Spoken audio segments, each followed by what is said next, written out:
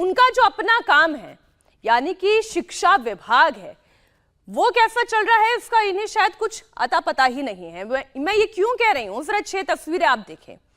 आजादी के 74 साल के बाद भी बिहार में शिक्षा व्यवस्था का हाल बेहाल है। बच्चे जमीन पर बैठ के पढ़ाई कर रहे हैं। शिक्षा मंत्री चंद्रशेखर यादव को रामचरितमानस याद आ रहा है, वो उसके खिलाफ आग उगल रहे हैं। जनाब अगर फुर्सत मिल जाए तो फिर इन तस्वीरों को भी देख लें। बिहार की शिक्षा व्यवस्था की बदहाली की तस्वीरें चीख चीख कर पूछ रही हैं कि शिक्षा मंत्री जी आप हमें सुविधा क्यों नहीं दे रहे हैं। सुशासन बाबू के राज्य में शिक्षा के क्षेत्र में कितना विकास हुआ ये तस्वीरें खुद बता रही हैं। स्कूल में बैठने की जगह नहीं है, बैठे तो पंखा सिर पर नहीं है, पंखा है तो वो हवा देता नहीं है, हवा दे भी दे तो 140 बच्चे जिस क्लास में बैठे हुए हों पंखा करेगा क्या, कितनी हवा मिलेगी बच्चों को, और उससे बच्चे बेहोश हो जाते हैं, बच्चे पढ़ाई नहीं कर पा रहे हैं। चलिए स्कूल पहुंच भी गए, रजिस्ट्रेशन करवा भी लिया, 75% अटेंडेंस दे भी दे तो पढ़े क्या, टीचर्स नहीं है। ये तो हालत है बिहार की शिक्षा की। बिहार के स्कूलों में जिस तरीके की बदहाली है उसे लेकर अब छात्र और छात्राओं का सब्र का बांध भी टूट रहा है। भागलपुर में क्लास छोड़ छोड़कर छात्राओं को सड़क पर उतरना पड़ रहा है, मजबूर है अपनी आवाज उठाने के लिए, क्योंकि शायद शिक्षा मंत्री सुनना नहीं चाहते और देखना भी नहीं चाहते, तो सड़क पर तो उतरना पड़ेगा।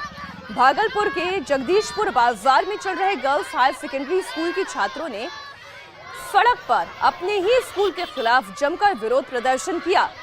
स्कूल की बदहाली बद इंतजामी से गुस्साई इन छात्राओं ने 1 घंटे तक भागलपुर दुमका के मुख्य मार्ग को जाम करके रखा, और करना चाहिए। मैं तो कहती हूँ शिक्षा मंत्री के आवास के बाहर धरना दे देना चाहिए। मंत्री जी जरा देखिए, ये आपके विभाग में बदहाली का स्वरूप है, जरा सुनिए आप इन बच्चियों को। कुछ भी नहीं है, यहाँ तक कि मैम लोग भी हम लोग को एकदम पागल के तरह कुत्ते की तरह रख रही है। ना बेंच है, ना टीचर है, ना पानी है, ना पंखा है। किस चीज के लिए हम लोग ऐसे ही हैं? स्कूल क्या हाल है यहाँ पे? हम लोग स्कूल क्यों आएंगे? हम इसलिए क्योंकि हमारे स्कूल में नहीं पानी की सुविधा है, ना ही बाथरूम है, और सिर्फ 75% अटेंडेंस मांगती है। ऊपर से कि नहीं क्लास में बेंच है, नहीं पंखा और ऊपर से फॉर्म सरकार देती है। कोई भी चीज का फॉर्म भराता है तो स्कूल में सरकार फॉर्म देती है, तो उसको 10 रुपया 20 रुपया किस फॉर्म का हम क्यों दें? आपने सुना, जरा बच्चियों की व्यथा समझिए। स्कूल में पढ़ने के लिए और अटेंडेंस के लिए 6 घंटे स्कूल में बिताने भी पड़ते हैं, और इन 6 घंटों में अगर बच्चे वॉशरूम जाना चाहें तो एक वॉशरूम की सुविधा नहीं है स्कूल में। ये कैसे स्कूल है? भागलपुर में सिर्फ एक स्कूल का यह हाल नहीं है, भयंकर बदइंतजामी के हाल आपको कई स्कूलों में दिख जाएंगे। भागलपुर के एक और स्कूल की तस्वीर आपको दिखाती हूँ। भागलपुर के मोमिन टोला में चल रहे इस स्कूल में केवल 4 कमरे हैं, जिसमें 2-2 स्कूल चलते हैं। हालत यह है कि स्कूल का एक कमरा पहले से ही 5वीं कक्षा तक के छात्रों के लिए फिक्स किया गया है। जब बच्चे कमरे में भर जाते हैं तो बाकी बच्चों को छत की रेलिंग के किनारे बैठाकर पढ़ाया जाता है।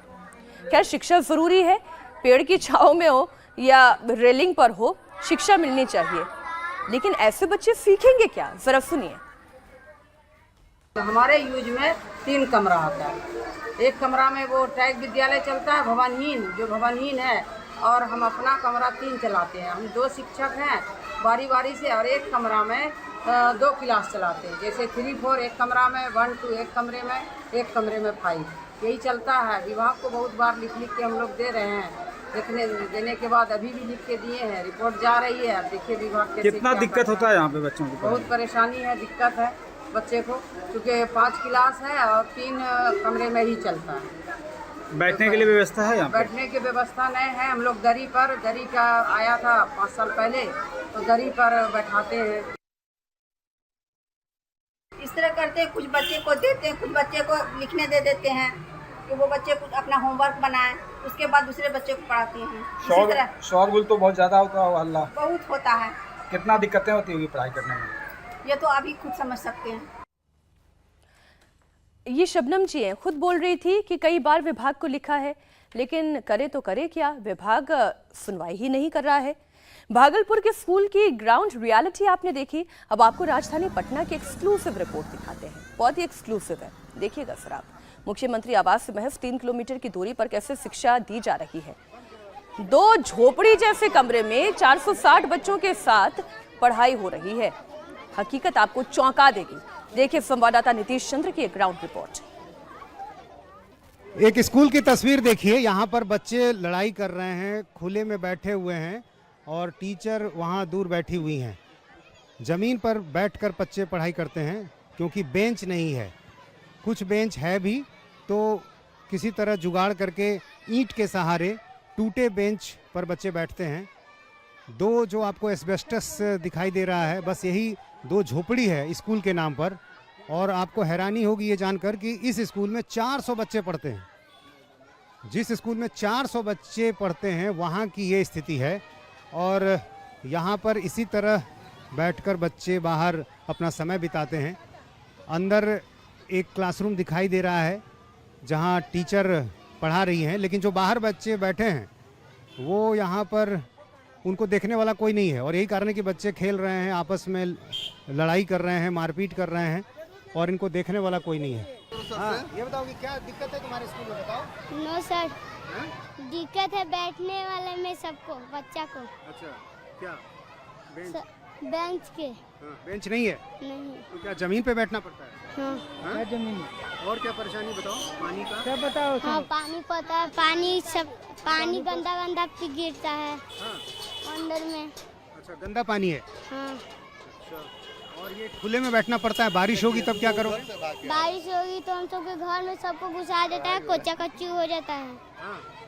अच्छा, तो यहाँ पर इसी तरह बाहर में जो बच्चे बैठे हुए हैं तो कोई टीचर तो दिख ही नहीं रहा।